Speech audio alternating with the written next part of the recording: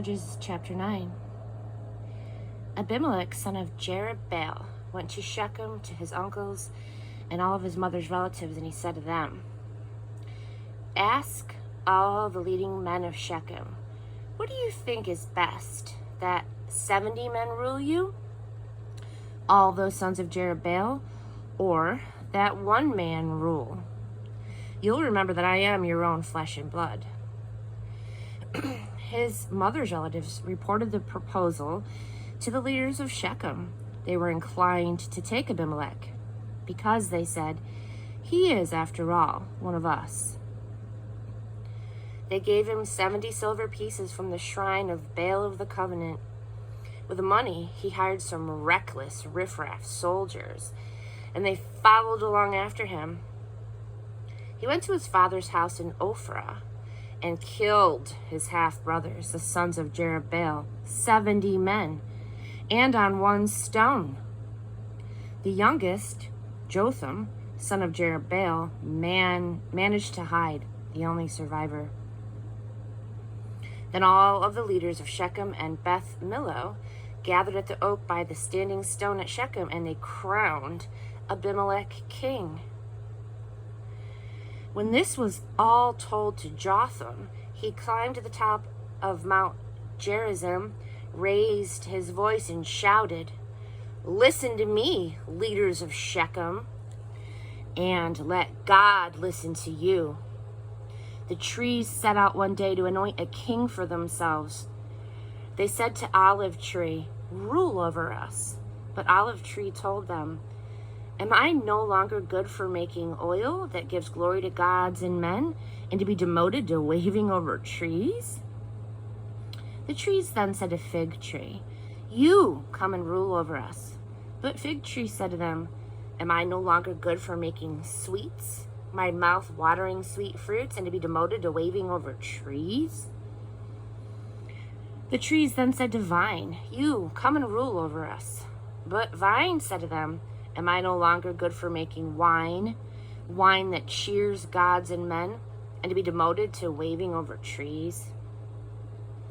All of the trees then said to Tumbleweed, "You come and reign over us." But Tumbleweed said to the trees, "If you're serious about making me your king, come and find shelter in my shade.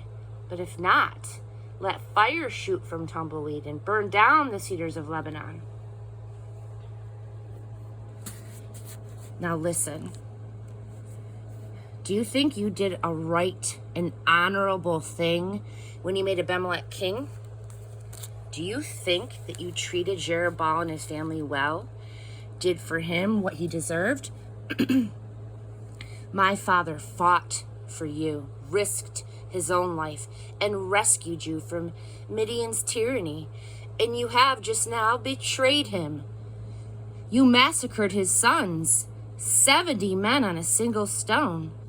You made Abimelech, the son of his maidservant, king over Shechem's leaders because he's your relative. If you think that this is an honest day's work, this way that you have treated Jerubbaal today, then enjoy Abimelech and let him enjoy you. But if not, let fire break from Abimelech and burn up the leaders of Shechem and Beth Millo. And let fire break from the leaders of Shechem and Beth Millo and burn up Abimelech. And then Jotham fled. He ran for his life. He went to Beer, and he settled down there because he was afraid of his brother Abimelech.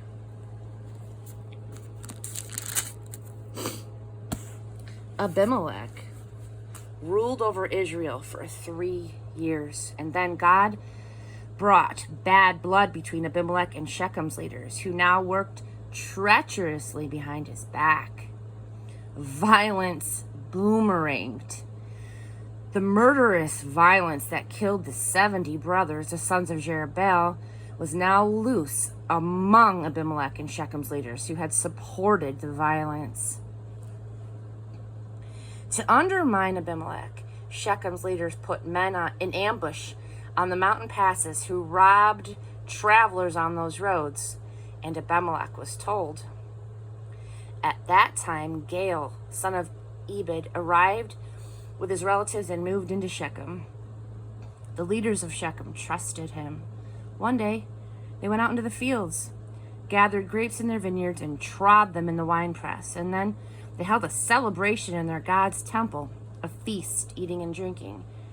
And then they started putting down Abimelech. Gaal, son of Ebed, said, "Who is this Abimelech? And who are we, Shechemites, to take orders from him? Isn't he the son of Jerubbaal? And isn't this his henchman Zebul? We belong to the race of Hamor and bear the noble name of Shechem.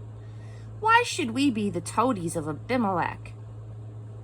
If I were in charge of this people, the first thing that I would do is get rid of Abimelech. I'd say, 'Show me your stuff, Abimelech. Let's see who's boss here.'" Zebul, governor of the city, heard what Gaal, son of Ebed, was saying and got angry. Secretly, he sent messengers to Abimelech with this message: "Gaal, son of Ebed, and his relatives have come to Shechem and are stirring up trouble against you. Here's what you do. Tonight, bring your troops and wait in ambush in the field. In the morning, as soon as the sun breaks, get moving and charge the city. Gaal and his troops will come out to you, and you'll know what to do next." Abimelech and his troops, 4 companies of them, went up that night and waited in ambush, approaching Shechem. Gaal, son of Ebed, had gotten up and was standing in the city gate. Abimelech and his troops left their cover. When Gaal saw them, he said to Zebul, "Look at that. People coming down from the tops of the mountains." Zebul said, "That's nothing but mountain shadows. They look just like men." Gaal just kept chattering away. Then he said again, "Look at the troops coming down off of Tabur-Zez, or it means the navel of the world, and 1 company coming straight from the Oracle Oak." Zebul said, "Where's that big mouth of yours now? You who said, 'And who is Abimelech that we should take orders from him?' Well, there he is, with the troops that you ridiculed. Here's your chance. Fight away." Gaal went out, backed by the leaders of Shechem, and he did battle with Abimelech. Abimelech chased him, and Gaal turned tail and ran. Many fell wounded, right up to the city gate.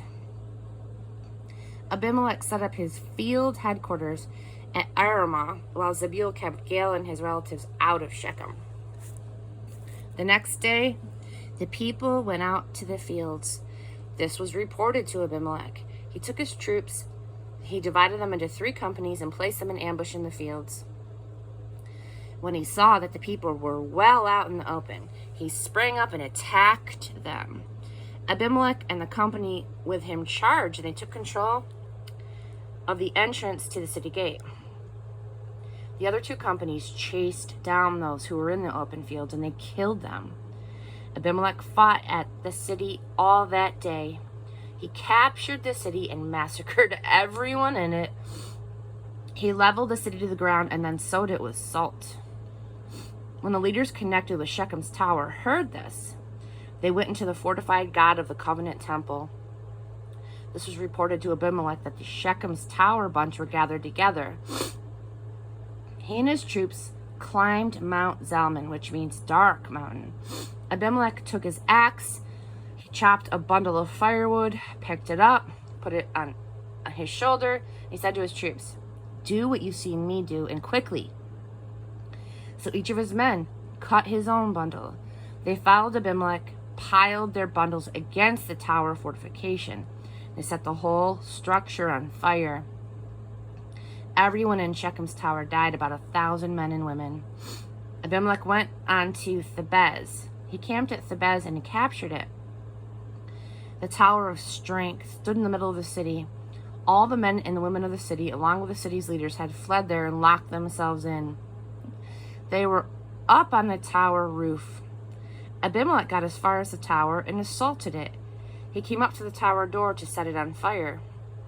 Just then, some woman dropped an upper millstone on his head and crushed his skull. He called urgently to his young armor-bearer and said, "Draw your sword and kill me so that they can't say a woman killed him." His armor-bearer drove in his sword, and Abimelech died. When the Israelites saw that Abimelech was dead, they went home. God avenged the evil that Abimelech had done to his father, murdering his 70 brothers.